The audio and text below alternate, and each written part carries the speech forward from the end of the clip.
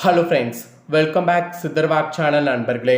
இன்னைக்கு இந்த வீடியோவில் ஒரு முக்கியமான ஜோதிட தாள்களையும் ஒரு அதிரடியான ஆன்மீக பரிகாரத்தையும் பார்க்க போகிறோம். பார்க்கறதுக்கு முன்னாடி என்ன பார்க்க போகிறோம் அப்படிங்கிறத இன்ட்ரோவில் ஷேர் பண்ணுறேன். என்ன பார்க்க போகிறோம் அப்படிங்கிறத இன்ட்ரோவில் முதல்ல தெரிஞ்சுக்குங்க. 2026 6வது மாதமான ஜூன் மாதமானது நடந்துட்டுருக்கு. இந்த ஜூன் மாதம் சாதாரண மாதம் கிடையாது. கிரக ரீதியாகவும் ஜோதிட ரீதியாகவும் மிக முக்கியமான மாதம் என்று சொல்லலாம். அதோடு ஆன்மீக ரீதியாகவும் இந்த மாதம் ரொம்ப முக்கியமான மாதம் என்று சொல்லலாம். ஸோ இப்படி நிறைய முக்கியம் என்று சொல்லக்கூடிய இந்த மாதத்தில் மிக அருமையான நாளானது வரப்போகுது. அது என்னைக்குன்னா ஜூன் மாதம் கடைசியாக வரக்கூடிய நாள் தான்.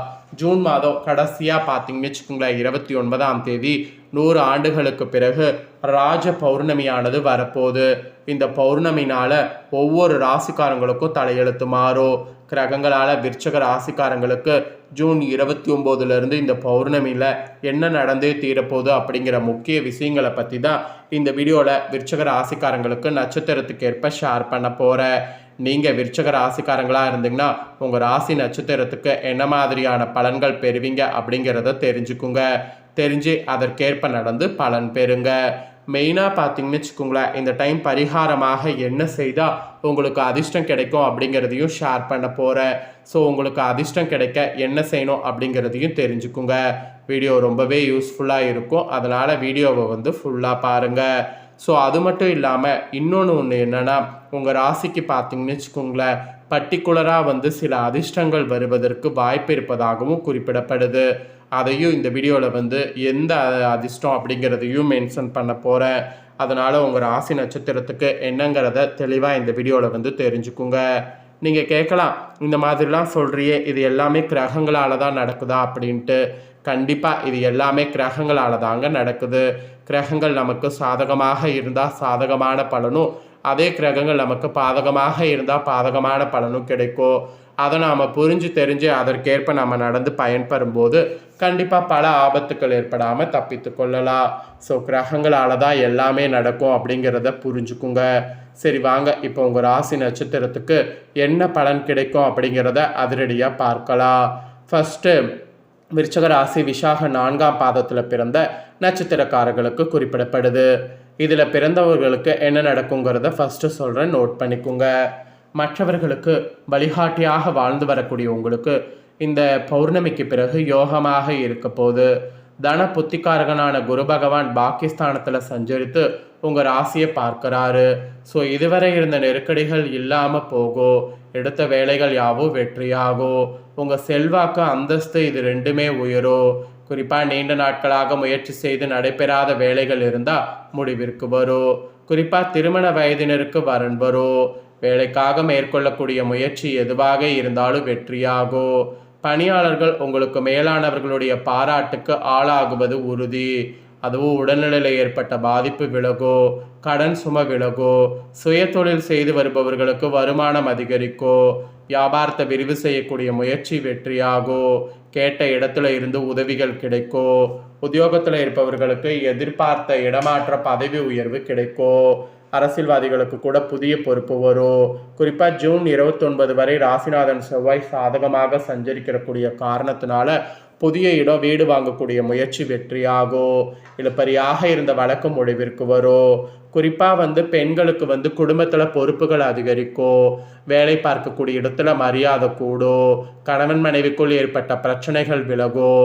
விவசாயிகளுக்கு எதிர்பார்த்த ஆதாயம் கிடைக்கும். மாணவர்களுக்கு படிப்பில் அக்கறை கூடும். உங்களுக்கு இந்த நாள் அதிர்ஷ்ட நாள் அப்படிங்கிறதுனால திருச்செந்தூர் முருகனை வழிபாடு செய்தீங்கன்னா வாழ்வள நன்மை உண்டாகும். அதனால் மறக்காமல் இந்த முருகனை வழிபாடு செய்ய மறக்காதீங்க இந்த நாளில். நெக்ஸ்ட்டு அனுஷமில் பிறந்த விருச்சக ராசிக்காரங்களுக்கு குறிப்பிடப்பட்டிருக்கு. தைரியமும் தன்னம்பிக்கையும் கொண்ட உங்களுக்கு இந்த ஆணி பௌர்ணமி முன்னேற்றமாக இருக்க போதுங்க. மெயினாக பூர்வ புண்ணியஸ்தானத்தில் கர்மகாரகன் சனி பகவான் சஞ்சரித்தாலும் பாக்கிய குருவின் பார்வை சனி பகவானுக்கு உண்டாவதால் குடும்பத்தில் சுபிட்சமான நிலை இருக்குது. மனதில் ஏற்பட்ட குழப்பம் விலகும். பிள்ளைகளுக்காக எடுக்கக்கூடிய முயற்சி வெற்றியாகும். மெயினாக பூர்வீக சொத்துல ஏற்பட்ட பிரச்சனைகள் விலகும். உயர்கல்வி முயற்சி வெற்றியாகும். சிலருக்கு குழந்தை பாக்கியம் உண்டாகும். வியாபாரம் தொழிலை எதிர்பார்த்த ஆதாயம் கிடைக்கும். நீண்ட நாட்களாக இழுபறியாக இருந்த வேலைகள் முடிவிற்கு வரும். குறிப்பாக பார்த்தீங்கன்னு வச்சுக்கோங்களேன், உறவினரோடு ஏற்பட்ட பிரச்சனை விலகும். திருமண வயதினருக்கு தகுதியான வரன் வரும். வேலைக்காக முயற்சி செய்து வருபவர்களுக்கு எதிர்பார்த்த வேலை கிடைக்கும். வேலையில் இருப்பவர்களுக்கு இதுவரை இருந்த நெருக்கடி நீங்கும். அரசியல்வாதிகளுக்கு புதிய பொறுப்பு பதவி கிடைக்கும். பெரிய நிறுவனங்கள் நடத்தி வருபவர்களுக்கு பணியாளர்கள் ஒத்துழைப்பு அதிகரிக்கும். ஆதாயம் கூடும். அதுவும் ஜூன் 29 முதல் அஷ்டம புதன் வக்ரம் நிவர்த்தி அடைவதால் பணப்புழக்கம் அதிகரிக்கும். பொருளாதார நிலை உயரும். புதிய இடம் வீடு வாங்கக்கூடிய முயற்சி வெற்றியாகும். வியாபாரிகள் கலைஞர்களுக்கு எதிர்பார்த்த ஒப்பந்தங்கள் கிடைக்கும். பெண்களுக்கு ஏற்பட்ட சங்கடங்கள் விலகும். குடும்பத்தில் நிம்மதிங்கிறது உண்டாகும். பொண்ணும் பொருளும் சேரும். வசதி வாய்ப்பு அதிகரிக்கும். விவசாயிகளுக்கு ஏற்பட்ட சங்கடங்கள் விலகும். மாணவர்கள் படிப்பில் ஏற்பட்ட தடைகள் விலகும்.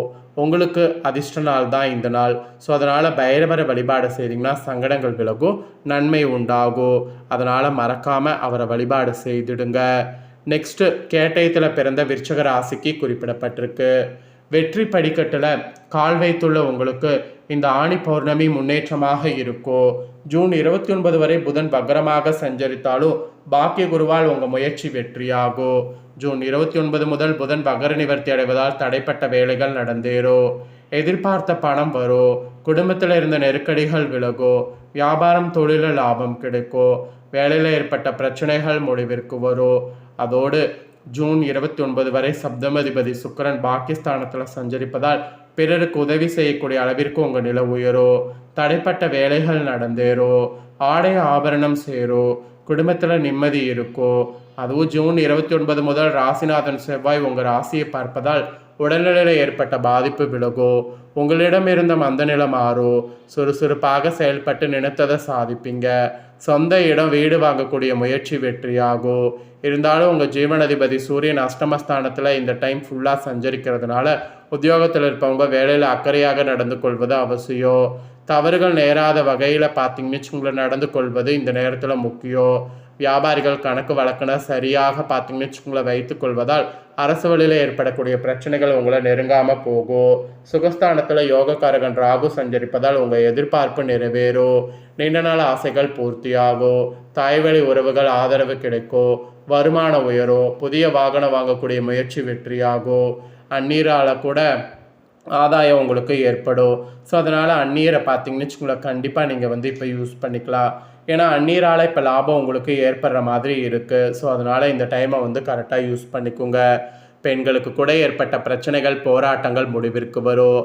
அதை விட தைரியமாக செயல்படக்கூடிய நிலை ஏற்படும். பிள்ளைகள் மீது அக்கறை அதிகரிக்கும். சிலருக்கு குழந்தை பாக்கியம் உண்டாகும். மாணவர்களுக்கு படிப்பின் மீது அக்கறை உண்டாகும். உங்களுக்கு சந்திராஷ்டமில்ல அதிர்ஷ்ட நாள் தான். அதனால் இந்த நாளில் அபிராமியை வழிபாடு செய்தீங்கன்னா எடுத்த வேலை வெற்றியாகும்.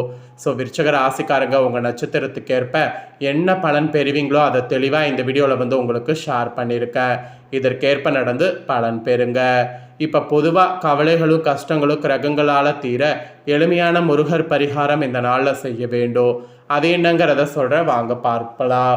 வந்த வினையும் வருகின்ற வல்வினையும் கந்தன் என்ற பெயர் சொன்னாலே கலங்கிடுமே என்பது அருணகிரிநாதரின் வாக்கு. முருகரின் பெயரை சொன்னாலே அவர்களுடைய வினைகள் அனைத்தும் நீங்கி நன்மைகள் தேடி வரும் என்று சொல்லப்படும். அப்படிப்பட்ட முருகப்பெருமான மனதார வேண்டிக் கொண்டு வீட்டிலேயே எளிமையான பரிகாரம் ஒன்றை இந்த நாளில் செய்து வந்தால் உங்களுடைய வாழ்க்கையில் இருக்கக்கூடிய துன்பங்கள் துயரங்கள் அனைத்தும் நீங்கி அளவில்லாத ஆனந்தத்தை பெற முடியும். நம்பிக்கையோடு செய்த பலருக்கும் பலன் கொடுத்த பரிகாரம் இது. அதனால் இந்த ராசிக்காரங்க நம்பிக்கையோடு செய்யுங்க. வாழ்க்கையில் அனைவருக்கும் ஏதாவது ஒரு கஷ்டம் கவலை இருக்கத்தான் செய்கிறது. ஆனால் சிலர் வாழ்க்கையில் அளவில்லாத கஷ்டங்களும் தடைகளும் அனுபவித்து கொண்டே இருப்பீங்க. அப்படி தீராத கஷ்டத்தில் தவிக்கிறவங்க உங்கள் பிரச்சனைகள் தீர வழி கிடைக்காதா என திண்டாடி கொண்டிருக்கக்கூடிய நீங்கள் கை கொடுக்கக்கூடிய மிக அற்புதமான முருக மந்திரமும் சக்தி வாய்ந்த அதே சமயம் மிக எளிமையான பரிகாரமும் இது. இதை நம்பிக்கையோடு செய்யுங்க. இந்த பரிகாரத்தை செய்கிறது ரொம்ப சிம்பிள். முருகப்பெருமானுக்கு அலங்காரம் பண்ணி வீட்டில் பார்த்தீங்கன்னு வச்சுங்களேன், முருக படத்திற்கு முன்னாடி ஒரு தட்டில் ஓம் நமோ குபாராய நமக என்ற மந்திரத்தை விபூதியில் எழுதி அந்த மந்திரத்தின் மீது கை வைத்தோ அல்லது விபூதியை கையில் வைத்துக்கொண்டோ இந்த மந்திரத்தை 108 முறை சொல்ல வேண்டும். அவ்வளோதான். இதை நீங்கள் செய்தீங்கன்னாவே உங்களுடைய கஷ்டங்கிறது இருந்த இடம் தெரியாமல் போகும். இதுதாங்க பரிகாரம். இந்த பரிகாரத்தை செய்தீங்கன்னா கவலைகளும் கஷ்டங்களும் உங்களுக்கு தீரும். ஸோ இந்த வீடியோவை பார்த்தீங்கன்னு வச்சுக்கோங்களேன், உங்கள் ராசிக்காரங்க ஃபுல்லாக பார்த்தீங்கன்னா பரிகாரம் எல்லாமே உங்களுக்கு தெரிஞ்சுக்கிட்டது ரொம்ப யூஸ்ஃபுல்லாக இருக்கும்னு சொல்லி நான் நம்புகிறேன். இதை உங்கள் ஃப்ரெண்ட்ஸ் ஃபேமிலிக்கும் ஷேர் பண்ணுங்கள், அவங்களும் பார்த்து பயன்பெறட்டும். இதே போல் புதிய தகவல்களை தெரிந்து கொள்ள சேனலை சப்ஸ்கிரைப் பண்ணுங்கள், கூட பெல் பண்ண ப்ரெஸ் பண்ணுங்கள். நெக்ஸ்ட்டு சுவாரஸ்யமாக வேறொரு வீடியோவில் உங்களை சந்திக்கிறேன்.